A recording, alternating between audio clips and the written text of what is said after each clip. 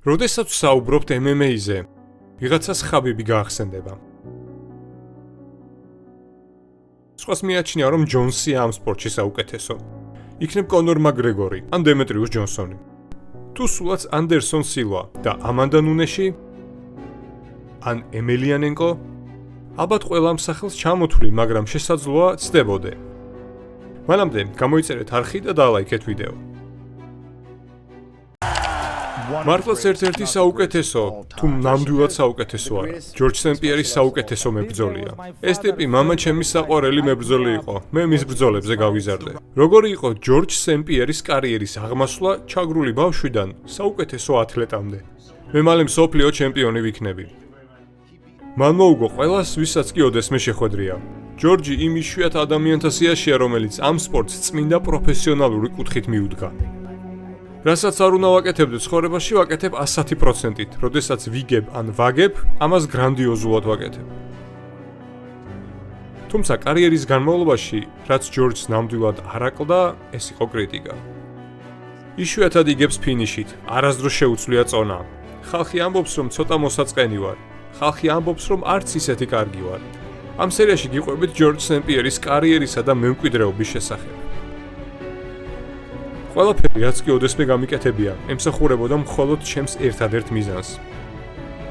მინდა ხალხმა დამიმახსოვროს, როგორც მსოფლიოში საუკეთესო მებრძოლი.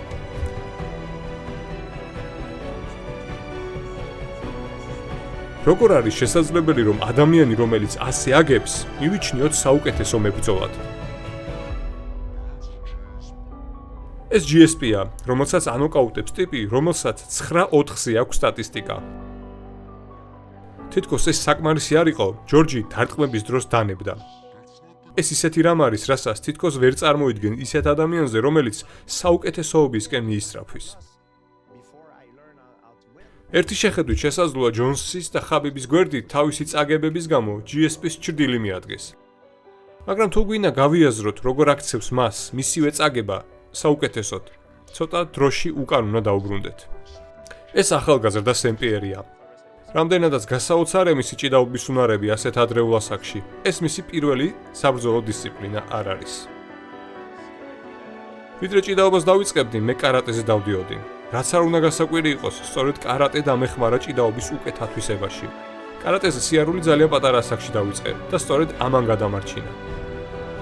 განსხვავებით ჯორჯის თანამედროვე სპორტსმენებისგან, რომლებსაც სხვადასხვა დისციპლინის შესწავლა ფულის ან კარიერის გამო დაიწყეს. სენ-პიერს კარატე სჭირდებოდა ჩაგვრელებისგან თავის დასაცავად. მისთვის ტანის სამოსი და სადილის ფული რომ არ წაერთმიათ. მე ეს დავიწყე თავდაცვის მიზნით. იმ დროისთვის ეს ძალიან ცუდი გამოცდილება იყო ჩემთვის. ახლა კი ვიაზრებ, რომ სწორედ ეს გამოცდილება დამეხმარა ჩემი კარიერის განმავლობაში გამკლავებოდი იმ მენტალურ გამოწვევებს, რაც წინ მელოდა. მახსოვს, როდესაც სარკეში ჩემს თავს უყურებდი, არ მომწონდა, რასაც ვხედავდი. ვიცოდი, რომ გარემოს გამოცვლა მჭირდებოდა. ამ სპორტმა მასწავლა, რომ თუ გარემოს გამოცვლა მინდოდა, პირველ რიგში საკუთარი თავის სიყვარულით უნდა დამეწყო. მიუხედავად იმისა, რომ მეორე დანის შავი ქამრის მფლობელი გახდა 12 წლის ასაკში, მის გარშემო მყოფებისთვის ის უბრალოდ ზედმეტად ბევრს ოცნებობდა. მახსოვს, როდესაც 12 წლის ვიყავი, მასწავლებელი კლასში გვეკითხებოდა, რა გვინდოდა გამოვსულიყავით, როდესაც გავიზრდებოდით. ვიღაცები ამბობდნენ, რომ ექიმობა და ინჟინრობა უნდოდათ. მე კი ამ დროს არ ვიცოდი რა მინდოდა. უთხარი, რომ WWE-ს ვარსკვლავობა მინდოდა. იმ დროისთვის ჰალკ ჰოგანის დიდი ფანი ვიყავი. ჩემს ბავშვობაში MMA უბრალოდ არ არსებობდა. მე კი ყველამ დამცინა. მე პატარა ქალაქიდან ვარ. 5000-მდე ადამიანი ცხოვრობს იქ. სულ მეუბნებოდნენ, რომ ვერასდროს გავხდებოდი მებრძოლი, რომ საკმარისად ძლიერი არ ვიყავი. როდესაც UFC-ს ყურება დავიწყე და ვნახე როის გრეისი როგორ გახდა პირველი ჩემპიონი, სწორედ მაშინ ვთქვი. აი ამის კეთება მინდა.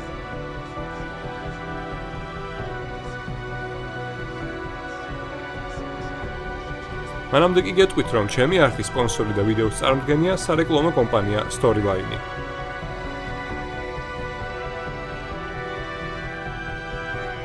ჯორჯ სენ-პიერის პროფესიონალური დებიუტი 20 წლის ასაკში შედგა.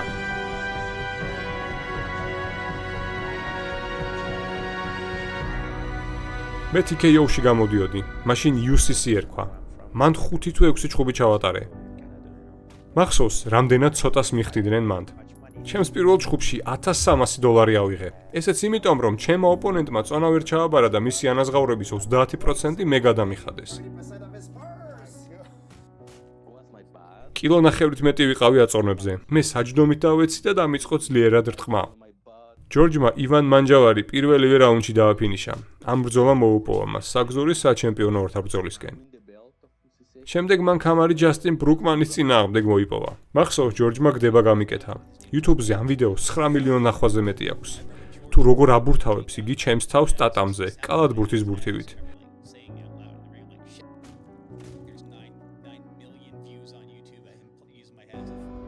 მან ეს ბრძოლა წინაზე უფრო ადრე დაასრულა. დარტყმების მაგივრად გამარჯვება ჯორჯმა მტკივნეული ილეთით მოიპოვა.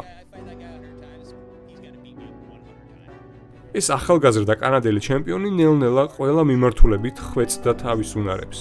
როდესაც ამ სპორტს მოუკიდე ხელი, ეს მაშინ არ იყო ისეთი საქმე, რითაც შეგეძლო ადამიანს თავი გერჩინა. თუმცა ყოველთვის მქონდა იმედი, რომ ეს სპორტი იმ დონეზე განვითარდებოდა, რომ საკმარისი ფულის შონას შეძლებდი. GSP 2002 წელი კიდევ ერთი ფინიშითა და ქამრის პირველი დაცვით დაასრულა. 2003 წელს GSP-მ კიდევ ორი ბრძოლა ჩაატარა, როგორც მოქმედმა ჩემპიონმა. მან მძიმე დარტყმებით დააფინიშა ტომას დენი მეორე რაუნდში, ხოლო წლის ბოლოს მას აქამდე ყველაზე რთული ბრძოლის ჩატარება ელოდა. მისი სახელია პიტ სპრატი. ყველა მიცის, რომ ის საუკეთესო სტრაიკერია ქვესაშუალო ზონაში. სპრატმა რობი ლოულერს მოუგო, რომელიც შემდეგ UFC ჩემპიონი გახდა. ჩემმა მენეჯერმა კი სწორედ ეს ბრძოლა შემომთავაზა. სპრატმა საერთოდ არ იცოდა ვინ ვიყავი. მას ალბათ ეგონა, რომ მარტივი ფულის საშონელად იყო მოსული. მე კი ის დავამარცხე. მახრჩობელა ილეთით გავგუდე და სწორედ ეს ბრძოლა იყო ჩემი ბილეთი UFC-სკენ. UFC-ში დებიუტამდე GSP-მ ყველა თავისი მეტოქე დააფინიშა. შეიძლება თქვათ, რომ ისინი არ წარმოადგენდნენ სერიოზულ გამოწვევას.